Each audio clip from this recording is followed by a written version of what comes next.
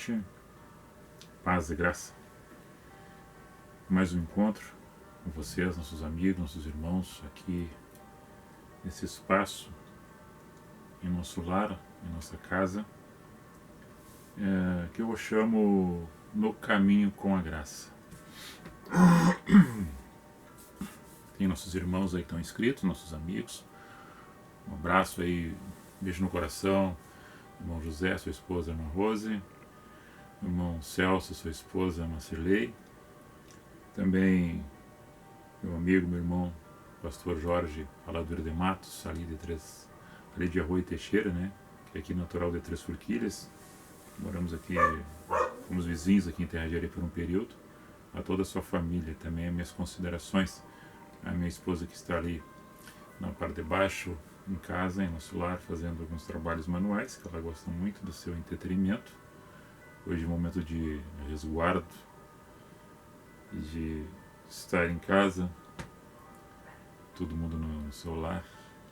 E passando por esses momentos difíceis, nós não só olhamos para nós, né, mas olhamos num todo, as dificuldades que as outras pessoas enfrentam e passam, do distanciamento, né, do isolamento, da falta do carinho, da falta do abraço, né, do cheiro, do chamego, da aproximação, principalmente das pessoas mais vulneráveis, né, os idosos que sentem saudade dos seus netos, de colocar no colo e trocar carícias, né. Então nós sentimos isso também, os nossos filhos. Então a minha filha que está em Torres, meu genro ali também em Torres, e nós não temos nos visto, somente trocado mensagem via WhatsApp. Então a gente está aí como as demais famílias, com suas restrições, com seus cuidados, com seus zelos e suas preocupações.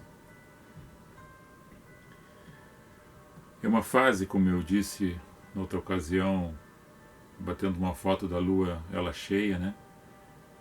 Eu acredito que é uma fase, é um período, assim como a história mostra que outros períodos aconteceram antes desse, e vamos enfrentar, como assim já enfrentamos outras dificuldades, e eu creio que superaremos juntos isso. Não vou entrar em outros pormenores em relação ao comportamento de algumas lideranças que se aproveitam, ou outras pessoas da sociedade que se aproveitam deste momento para levar vantagem em algum aspecto, mas eu vou entrar no outro sentido, das pessoas serem mais solidárias neste momento, serem mais introspectivas, serem mais humanas e repensarem suas atitudes, tornando-se assim mais humilde, mais simples, observando a sua ineficiência, a sua incapacidade, a sua fraqueza, e neste momento tornando-se fortes, né, capazes, restabelecedores, harmoniosos, perdoadores, solidários e mais humanos. Então esse lado bom que nós temos que tratar, resgatar e provocar que as pessoas busquem isso. Talvez que tenham ficado um pouco no esquecimento.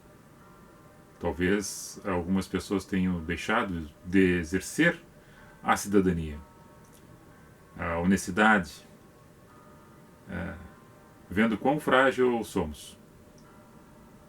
E diante da morte, as pessoas, muitas delas estão desesperadas nesse momento. Porque ninguém quer perder ninguém. Ninguém quer perder a sua vida também. E nós não estamos buscando socorro naquilo que nós não acreditamos. Algumas pessoas acham que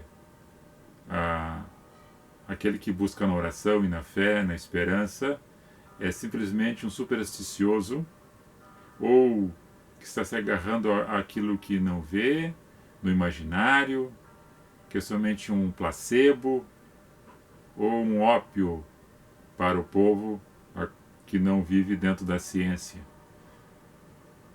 Aonde está o inquiridor desse século? Pergunta Paulo. Onde é que está o sábio, o escriba, todos aqueles doutores, onde é que eles estão?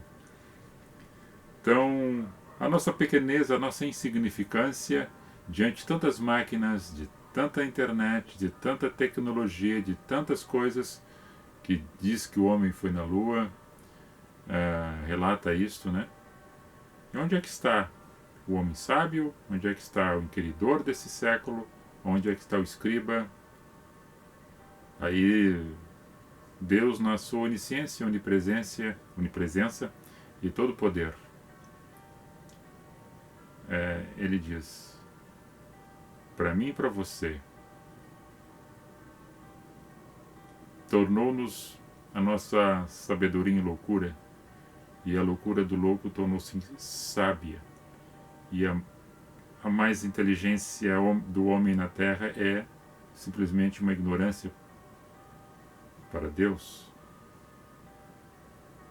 que não consegue imaginar Deus no todo, somente na parcela do fragmento do nosso imaginário, insignificante que somos. E agora, nesse significado, que nós podemos proporcionar coisas melhores para nós mesmos e para a sociedade, é entender que nós somos o resultado daquilo que estamos fazendo. Estamos colhendo as consequências do nosso mal que temos feito a esse planeta. Comportamento nosso. Simplesmente isso. Ganância, ódio, poder, soberba, arrogância.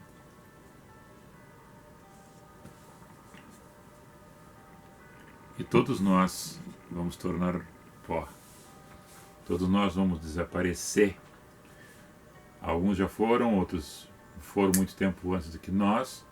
É um ciclo da existência, a roda da vida. E nós fizemos parte desse processo, queira você ou não. O aguilhão está. O animal que é conduzido não pode retroceder. O aguilhão aponta que tem que andar, puxando, comparando o boi puxando a carreta, né? Ele não consegue. O homem tem uma vara e na ponta da vara tem um aguilhão, uma ponta de ferro que conduz o boi. E ele não pode relutar contra isto. Da mesma forma, nós, quando saímos do ventre da madre, caminhamos em direção à morte. Agora, quando nós cremos nesse Deus, o Deus do impossível, o Jesus Cristo, o Cristo de Deus, que ressurge dos mortos e da vida eterna para que todos aqueles que nele creem não pereçam, esse Jesus que eu falo, é esse Jesus que eu anuncio.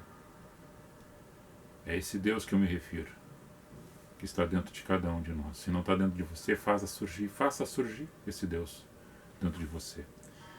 A história relata nos primórdios da antiguidade números simbólicos ou de costumes e tradições. O número 4, 40, quaresma, quarentena.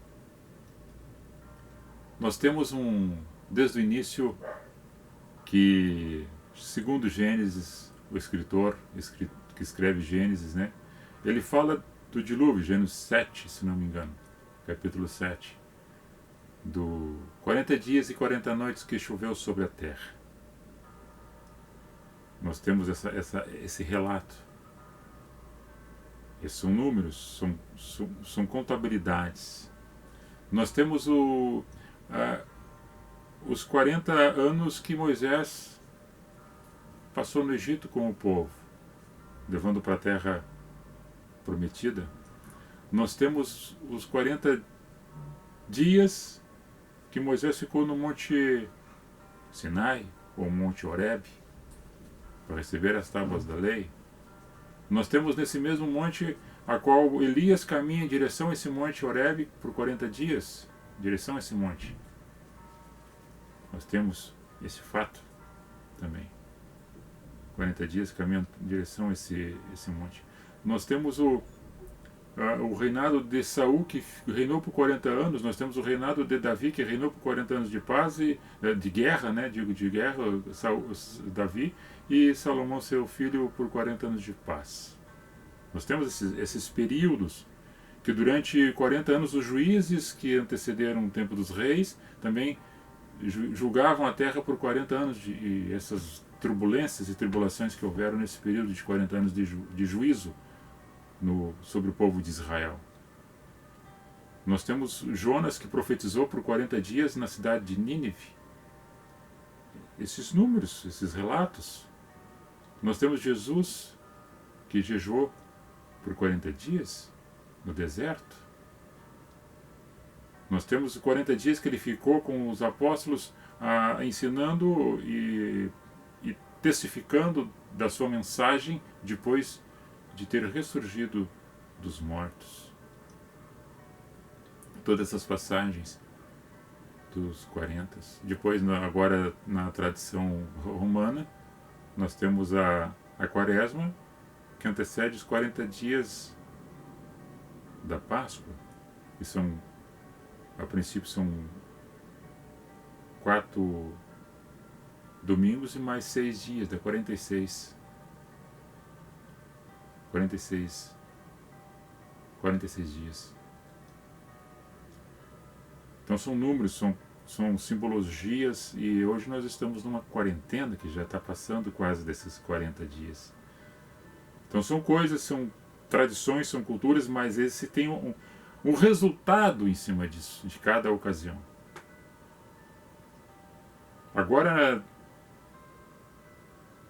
nesses momentos de angústias e de preocupações que eu trouxe desde Moisés, que é a palavra que eu coloquei hoje para nós conversarmos e trocarmos uma experiência um pouco mais aproximada pela data de hoje, sexta-feira, chamada Sexta-feira Santa, pelo calendário gregoriano.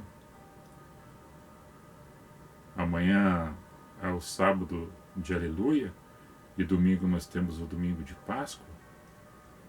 E aí, quando eu volto no tempo de Moisés, qual eles estavam ali cativos por 450 anos aproximadamente, dá 4 centenas de anos, já vem o número 4 de novo, 4 centenas de anos. Quando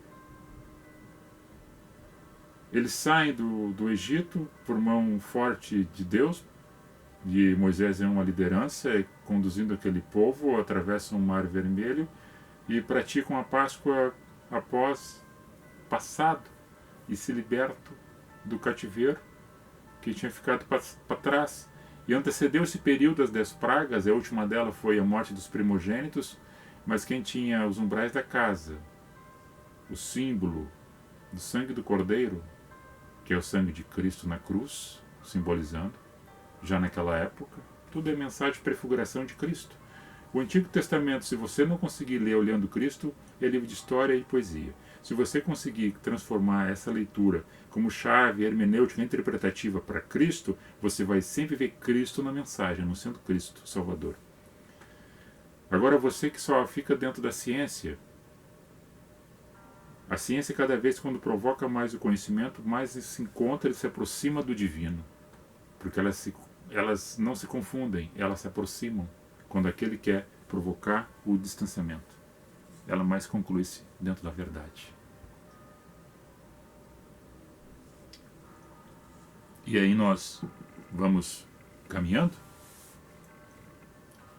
e aí eles fazem esse transporte, abrindo-se o Mar Vermelho, passando para o outro lado, o povo de Israel, mais de 1,5 milhão de pessoas se reunindo com as suas tribos, né? Separado por suas tribos, suas 12 tribos, com seus clãs, para comemorar a passagem, a Páscoa, a passagem. E quando nós observamos que nesse período existencial, nós trazemos memórias de pessoas que ficaram presas. Uma pessoa fica presa dentro de um lugar, dentro de um recinto. Nós temos uma que foi José, que foi colocado pelos seus irmãos dentro de uma cova para que morresse de fome. No entanto, Rubem, um dos irmãos dele, tira para fora e conversando com os outros irmãos, não, vão vender ele como escravo para os ismaelitas estão passando, vão vender, negociaram. Aí ele foi vendido, aí foi para a casa de Potifar. Potifar teve um enredo lá com a mulher de Potifar, acabou preso por 2 anos e meio, ficou cativeiro dentro do calabouço, que era uma cadeira no buraco também, para depois sair e ser governador do Egito. um buraco. Nós temos Jeremias, que foi colocado dentro de uma cisterna para morrer. Aí teve um escravo que foi lá, deu pão para ele e amarrou umas cordas através de pano, de tecido, e retirou ele lá de dentro. Jeremias, o profeta chorão. Nós temos o Elias, que nesse Monte Sinai, o Monte Horebe, que é depois de peregrinar por aquele período que eu já falei na outra passagem, né? 1 Reis, capítulo 19, se não me engano, que ele fica ali dentro daquela caverna e ele queria ouvir a voz de Deus. No entanto, vem trovoada, vento forte, relâmpago, e ele não consegue escutar. E ele tinha lutado com alguns profetas de Baal, adoradores de demônio, e tinha vencido. No entanto, ele fugia da presença de uma mulher que era sanguinária, perspicaz e vingativa.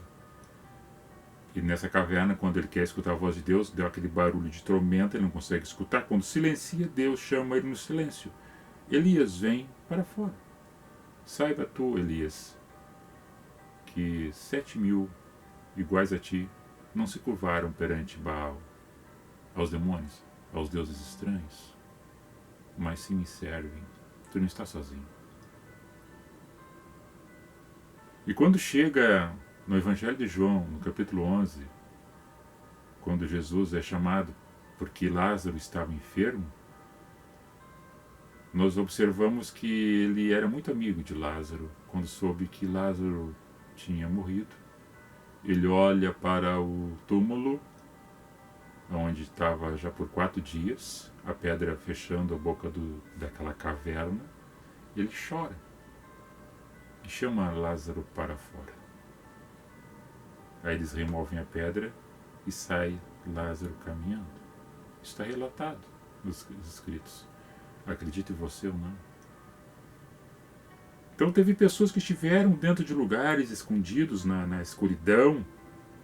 Lembrando de Daniel, capítulo 6 do seu livro, na cova dos leões.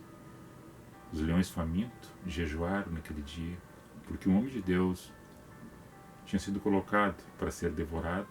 No entanto, os leões ficaram com a boca fechada e nada mal fizeram para ele. E lá de dentro foi retirado também. Então todos esses momentos de angústia, de estar dentro, preso, confinado, saiba você, amado amigo, irmão, creia, você não tem alguém olhando para você. Alguém que vai chamar você para fora, vai tirar você dessa escuridão, desse medo, dessa angústia, e vai te dar vida, e vai te dar vitória, e vai te dar bênção, e vai te dar graça. Porque a fé é que te conduz a sair desse processo e passagem, a Páscoa, é a passagem à Páscoa, é a vida em Cristo. Quando Cristo olha para aquela caverna que estava ali morto há 4 dias, ele diz, olha, não é para que eu, mas o nome do Senhor seja glorificado, nesse momento que Deus vai fazer agora, dar vida a Lázaro. Eu faço um imaginário no meu pensamento humano, na minha sensibilidade espiritual, que entendo que talvez Jesus estava lembrando da sua morte de cruz, que ia acontecer lá na frente, do sofrimento dele, que ele já estava sentindo na sua carne, isso relatado nos 4 evangelhos, quando ele está no jardim do Getsêmani, chega a suar sangue. Endometriose chama-se, né? A pressão do corpo, do organismo, ela treme tanto que chega a romper os pequenos vasos e se mistura com o sangue e dá aquela sudorese e sai sangue junto. E ele ainda diz assim, ó Pai, seja feita a tua vontade, mas se der, afasta de mim esse cálice, porque esse cálice vai ser amargo. Quem é que vai me tirar agora da caverna quando eu for posto o meu corpo lá dentro? Quando Jesus entrega seu espírito na morte de cruz, quando seu corpo é enrolado, quando José de Arimateia, como o sepulcro, cresceu um senador influente, um homem político, e colocam o corpo de Cristo dentro daquela caverna fria, fecha com a pedra, colocam guardas para guardar aquele local. Aí eu vou ler a passagem que está no Evangelho de Lucas, assim como no Evangelho de Mateus, no Evangelho de João e no Evangelho de Marcos. Esses relatos, para vocês entenderem o que quer dizer a Páscoa.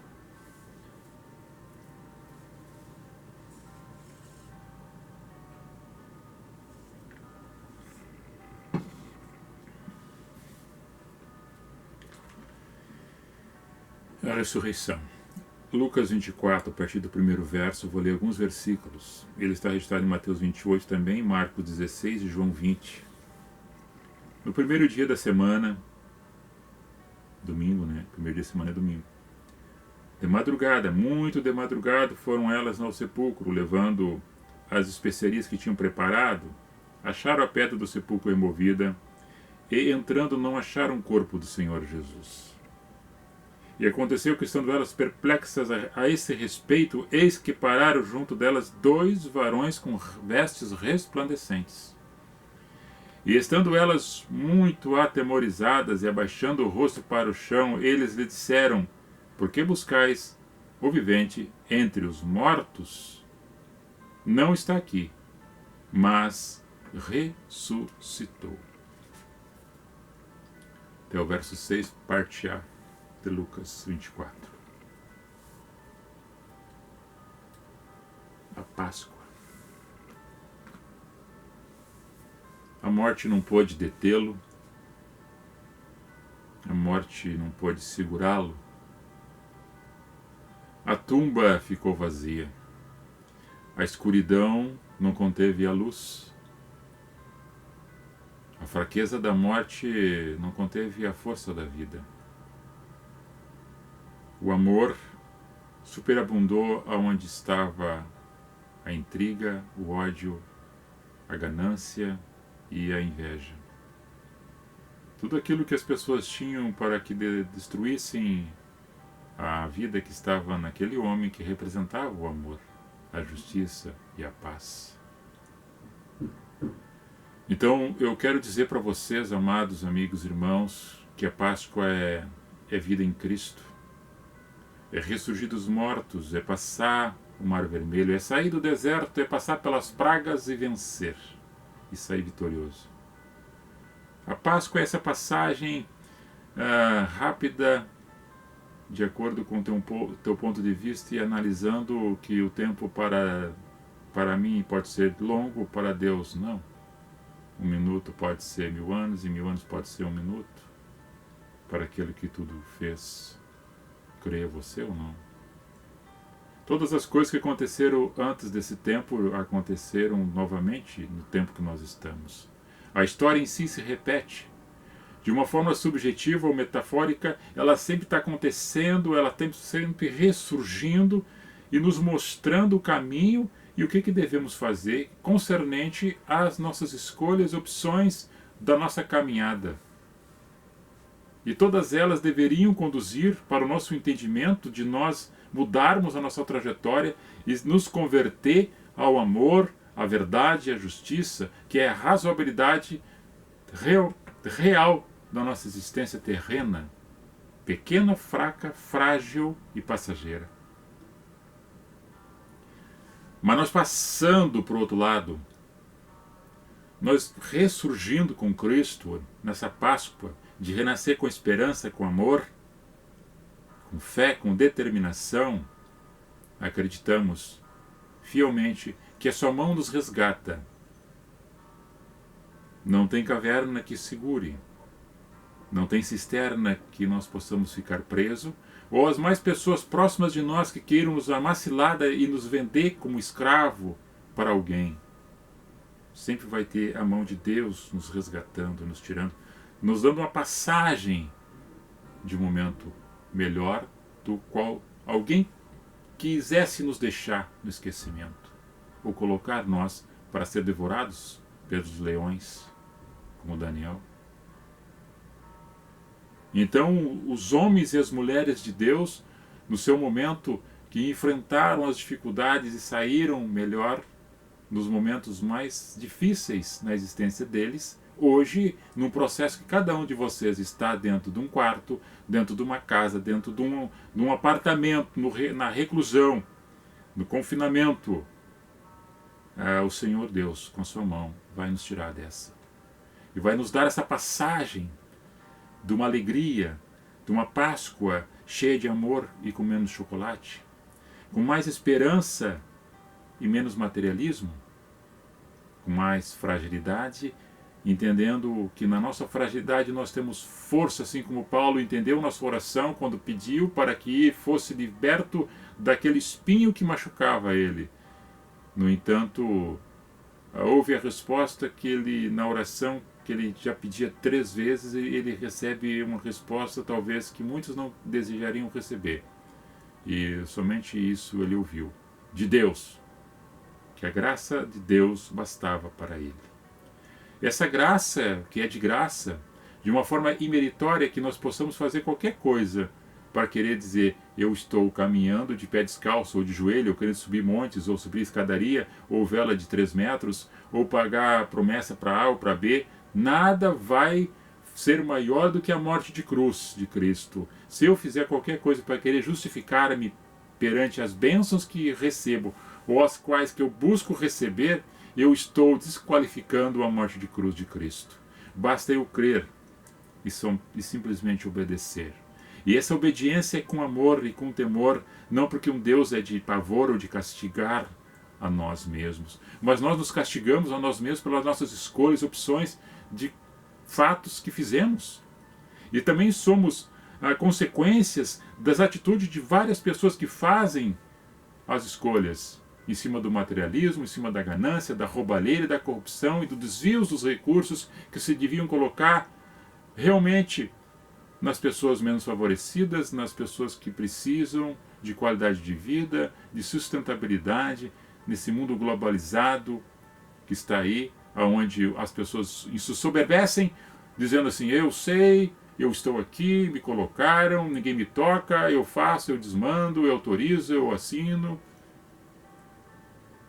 E agora eles se dobraram e viram que são tão pequenos quanto aquele que está na beira da porta, que nem Mordecai, ouvindo os palacianos, ou que nem na parábola que Jesus fala do rico e de Lázaro. Não confunda o Lázaro, irmã de Marta e Maria, que Jesus chamou para fora, com o Lázaro da parábola. Não tem nada a ver uma pessoa com a outra. Ok? Que comia as migalhas. Na sua singularidade de vida, comia as migalhas que caía da mesa dos abastados. A palavra era essa hoje. Do deserto até a cruz de Cristo. Do Egito até Nova Jerusalém. A promessa do resgate, de sair dessa circunstância a qual nos encontramos. Está terminando essa quarentena. Estamos passando com perseverança. E que Deus dê sabedoria aos governantes. E que pare com essa truculência de uma esquerda que queira se oportunizar do momento para desqualificar o serviço e o trabalho que está sendo feito, para querer desmoralizar o que algo está sendo feito. Agora eu digo esquerda e direita, não interessa, o centro. Interessa que as pessoas tenham uma comunhão, que todos estão sofrendo as mesmas consequências e nós temos que respeitar a organização que está no momento. E que cada um tem uma opinião, e cada um tem um pensamento, cada um tem uma ideia, e elas devem convergir para o bem. Menos ganância, menos prepotência, menos arrogância. Que sejam mais fiéis, que sejam mais educados, que sejam gentios, que sejam humanos e que tenham um pouquinho de amor no seu coração. Não precisa nem dizer se crê ou não crê, mas que tenha um coração inclinado para o bem. Já é o bastante para não fazer o povo sofrer. E que todos nós possamos sair desta. As famílias, os menos favorecidos, aqueles que estão esperando o recurso, ajuda humanitária, ajuda do governo,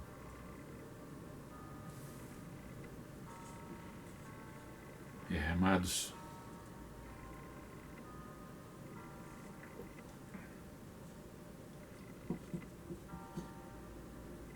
eu não vou falar mais de assuntos, porque a gente tem uma limitação de conhecimento. E Deus me tem dado graça.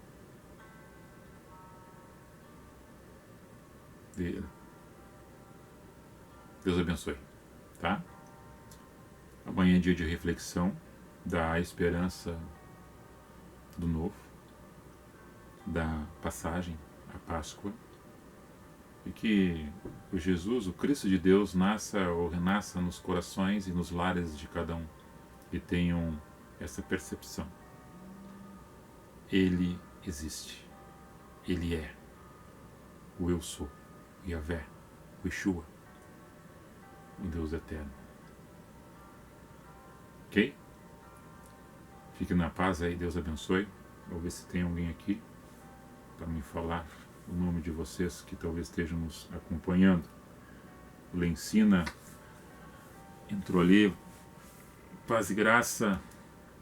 Irmão Celso. Irmão Rodinete. Paz e graça, irmã Gislaine. Paz e graça, Mara Ferreira. Mara Flores. Mara Flores Rolim, eu não sou evangélico, eu sou cristão. Eu já falei em outras oportunidades, em outros vídeos que eu já fiz, né? Eu deixei de ser evangélico para andar no evangelho. Porque é um significado. Busca lá. Se inscreva no canal do YouTube e pergunte. Deixei de ser evangélico para andar no evangelho. Aí você vai ouvir o tema do porquê, a resposta de que deixar de ser religioso e amar mais o próximo não é seguir dogmas, mas sim nem ritos, mas dentro da simplicidade da existência em Cristo, tendo a mente de Cristo na margem do mar da Galileia, na sua simplicidade. Entendendo Cristo, nós entendemos Ele no caminho, e esse caminho com a graça. Busque lá, se inscreva no canal do YouTube e bote esse tema. Deixei de ser evangélico para andar no evangelho. E você vai ver a resposta lá, ok? Beijo, abraço no seu coração.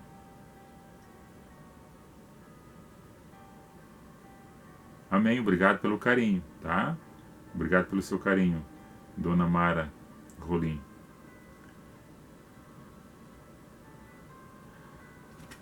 Evinho, um abraço para você também, Deus lhe abençoe ricamente, paz e graça. Leoni também, nossa prima, um beijo no coração de vocês aí, a todos vocês, né? Ao mundo inteiro. Oramos por todos, por todo o planeta, por nossas famílias, nossos amigos, nossos conhecidos. Deus abençoe. Se você achou legal o vídeo, com todo respeito, compartilhe com mais pessoas. Compartilhe, peçam para compartilhar essa reflexão, certo? Compartilhem.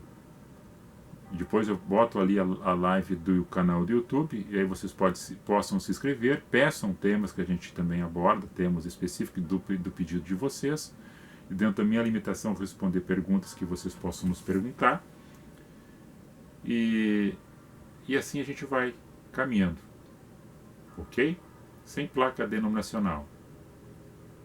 Dentro da simplicidade do Evangelho, discorrendo as palavras, certo? Eles descobriram essa cloroquina, né? Essa cloroquina aí é do chá de quina. A quina que temos aqui na nossa Mata Atlântica, a quina, que é um complexo, depois é produzido, né? Feito da cloroquina. Depois tem o hidroxicloroquina e o sulfato de zinco. Isso aí são coisas da ciência, não tem nada a ver com aquilo que eu sei. Agora a quina, o chá de quina, nós tomamos de vez em quando, sim. O chá de quina é muito amargo, que nem a losna, amarguento. E a quina nós temos no mato aqui. Tem coisas importantes que às vezes as pessoas não sabem, ou algumas pessoas que imaginam, e que nós podemos ter a convicção de que tudo aquilo que o mal que nos traz que nós mesmos produzimos, a própria natureza oferece a cura. Porque o perfeito é Deus, que fez tudo na sua perfeição. O homem que começou a estragar tudo aquilo que é perfeito. Vocês entenderam? Isso é em tudo, em matéria e em espírito, em convivência com as pessoas. O homem é assim. Tá? Encerramos por aqui. Boa noite, Gislaine. Fica na paz aí. Deus abençoe. Vou encerrar aqui. Depois estarei passando para o YouTube também. Shalom. Feliz Páscoa. Feliz passagem. Goodbye. Fui. Encerrando. Agora aqui também